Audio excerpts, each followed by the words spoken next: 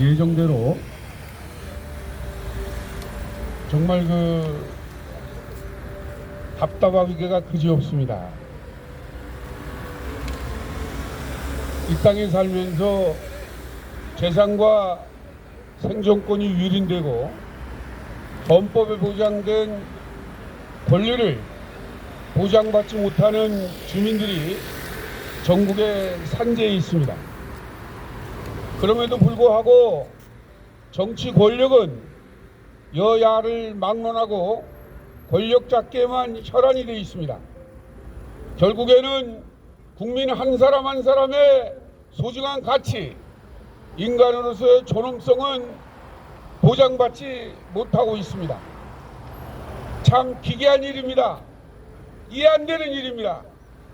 이 땅에 살면서 오로지 권력만 잡으면 지들 멋대로 국민들을 장기판에 졸르고는 이러한 형태는 없어져야 됨에도 불구하고 지속되고 있습니다.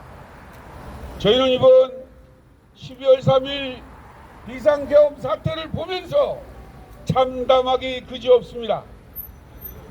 이런 비상계엄이 아니라 하더라도 살기 힘들어요. 빡빡하기 그지없습니다. 전국에 있는 각종 토지 수용지역, 개발지역은 복원 세력들이 눈을 부라리고 어떻게 하면 이 땅을 뺏어가지고 돈을 엄청나게 버나 이러한 건 국민을 하고 개발지역의 주민들은 그 내용도 하나도 모르고 세우라 내어라 가다가 합법적인 영역으로 강제 수용을 하고 길거리로 내쫓는 그러한 일이 반복되고 있는 겁니다. 이게 여러분 말이 됩니까? 국민의 한 사람 한 사람의 가치를 정치 권력이 보장해야 됨에도 불구하고 이러한 일들이 현실적이지 못한 거예요. 그래서 93년도에 토지와 주택이 삶의 보금자리가 돼야 된다. 투기의 대상이 돼서는 안 된다.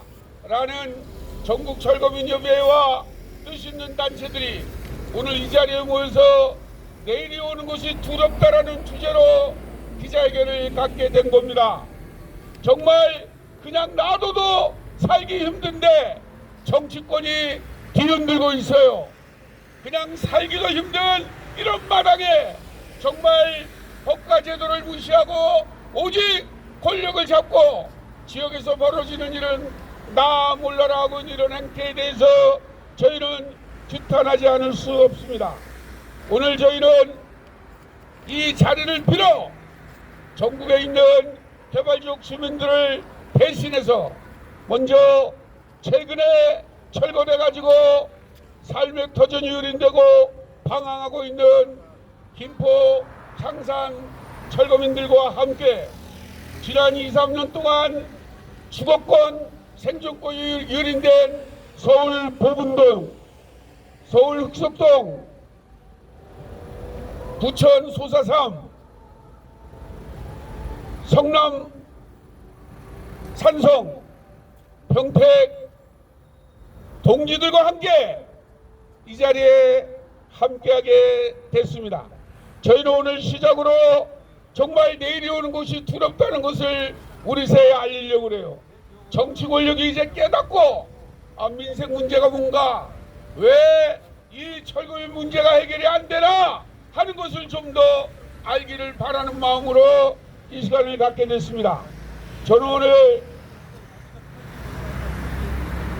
사회를 맡고 이 주제에 관해서 얘기하는 전국 철거민협의회 이호승 상임대표입니다. 인사드리겠습니다. 그리고 오늘 기자회견에 함께 민주당 정풍운동의 송명식 상임대표님께서 참석해 주셨습니다.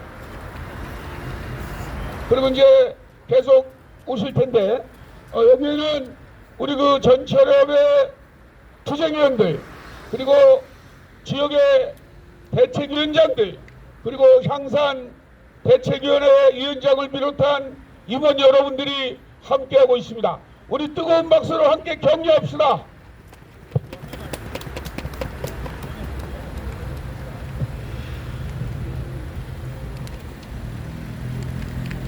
다시 한번 강조하지만 우리나라는 박정희 군사정권 때 이후로 토지를 강제 수용을 하고 자기들 마음에 맞는 대로 개발을 주도해요. 그리고 주민들을 모르게 거기에 살고 있는 주민들의 삶의 터전이 얼마나 소중합니까? 이 땅에 살면서 보장해야 될 그 권리를 외면한 거예요. 그래서 저희는 항상 수십 년 동안에 그런 말을 합니다. 부동산 투기가 왜 나쁩니까? 여러분, 바로 노동의 가치를 막고 불로소득을 조장해서 계층 간의 위화감을 조성을 해요. 그런데 권력이 자본과 한통속이 돼서 이번에 그 한강시내 폴리스만 보더라도 아니 토건 카르텔을 만들었어요. 은행과 건설업체가 합작이 되고 김포시청이 한꺼번에 합작이 돼서 그 지역에서 살고 있는 30여 년의 주민들의 삶의 가치를 송두리째 빼앗는 엄청난 일을 저지르고 있어요.